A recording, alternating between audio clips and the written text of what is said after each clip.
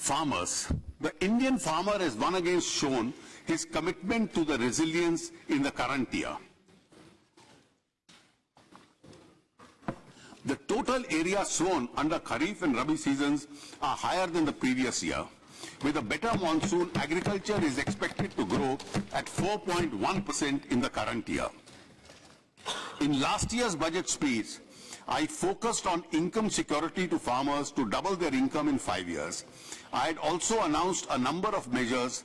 We have taken more steps to enable farmers to increase their production and productivity and to deal with the post-harvest challenges. For a good crop, adequate credit should be available to farmers in time. The target for agricultural credit in 2017 and 18 has been fixed at a record level of 10 lakh crores.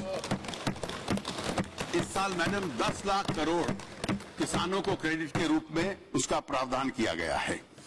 We will take special efforts to ensure adequate flow of credit to underserved areas, the eastern states and Jammu and Kashmir.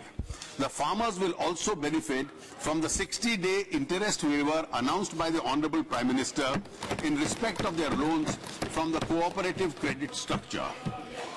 About 40% of the small and marginal farmers avail credit from the cooperative structure.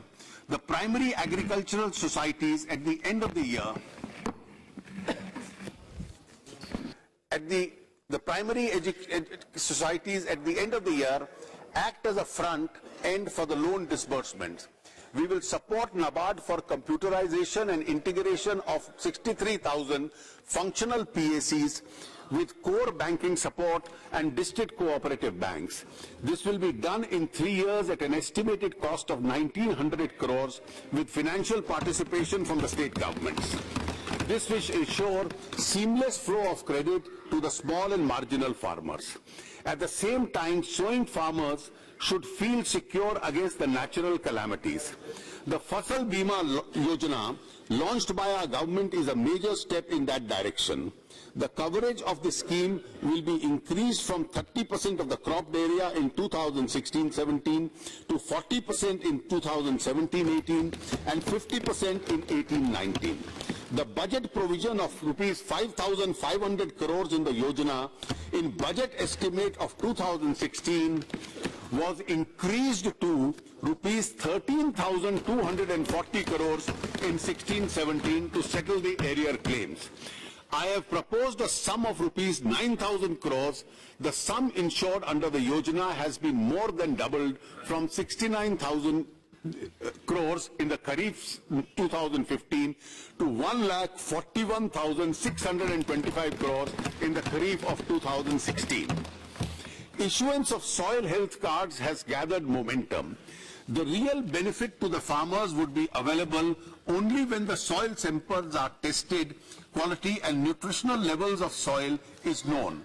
The government will therefore set up a mini lab in the Krishi Vigyan Kendras to ensure 100% coverage for all 648 KVKs in the country.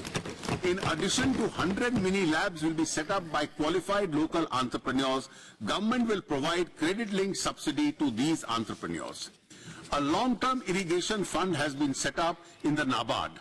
The Honorable Prime Minister has announced in addition to 20,000 crores as its corpus. This will take the corpus of this fund now to 40,000 crores. A dedicated micro-irrigation fund will be set up by NABARD to achieve the goal of per drop more crop. The fund will have an initial corpus of rupees 5,000 crores. For the post-harvest phase, we will take steps to ensure that farmers to get better price for their produce in the markets. The coverage of the National Agricultural Market, (NAM), will be expanded from the current 250 markets to 585 APMCs. Assistance up to a ceiling of 75 lakh rupees will be provided to every NAM market for establishment of cleaning, grading and packaging facility. This will lead to greater value addition of the farmer's produce. Market reforms will be undertaken and states would be urged to denotify perishables from the APMC. This will give an opportunity to the farmers to sell their produce and get a better price. We also propose to integrate farmers who grow fruits and vegetables with agro-processing units for a better price realization and reduction of post-harvest losses.